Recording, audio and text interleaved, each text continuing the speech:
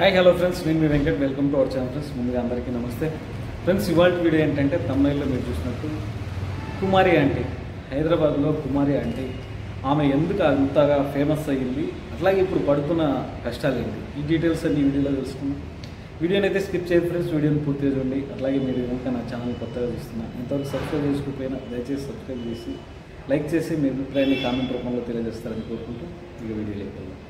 Friends, మామూలుగా ఏదైనా సరే మా ఈ సోషల్ మీడియా అనేది ఎంత మంచో అంతే చెడు చేస్తుంది.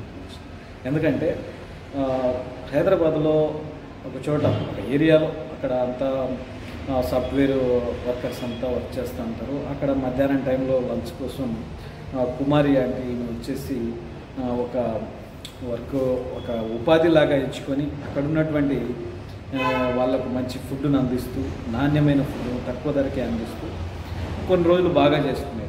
ఆ సిచ్యువేషన్లో ఒకసారి ఏం జరిగింది, అక్కడికి వచ్చినటువంటి ఒక వ్యక్తి సోషల్ మీడియాలో ఈమె సెర్చ్ చేస్తున్నప్పుడు ఎంత అయింది అన్నప్పుడు 1000 రూపాయలు అయింది అని ఒక వర్డ్ వైరల్ అయిపోయింది. ఆ వైరల్ అవ్వడంగా చాలామంది జనాలు అక్కడ ఏం జరుగుతుంది, ఫుడ్ ఎట్లా ఉంది అని మొత్తం వచ్చేసి చాలా వరకు అక్కడికి వచ్చేసి జనాలు తినేవాళ్ళు. అట్లా ఆ విధంగా ఫేమ్ అయిపోయింది.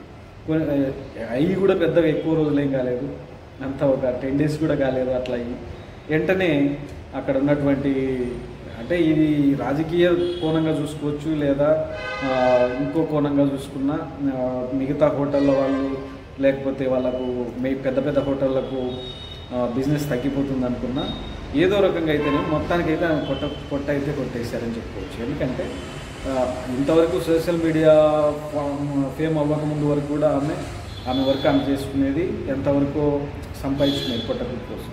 కానీ ఎప్పుడైతే ఫేమ్ అయిపోయిందో ఎక్కువ జనాలు రావడం స్టార్ట్ అయింది.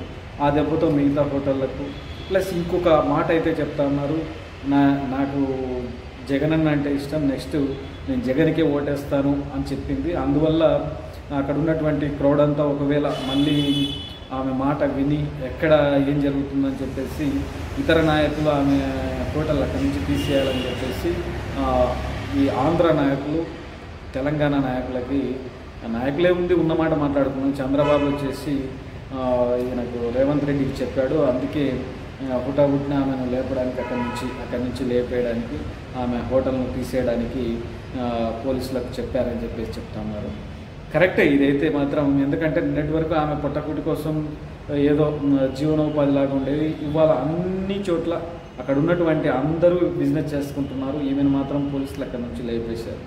దీనికి కారణం ఒకే ఒకటి, ఆమె అన్న మాట అనుకోవచ్చా, లేకపోతే అక్కడ ఉన్నటువంటి మిగతా పెద్ద పెద్ద హోటల్ వాళ్ళు అనుకోవచ్చా, మరి దీనికి కారణం ఏంది అనేది జనాలకు తెలియాల్సింది.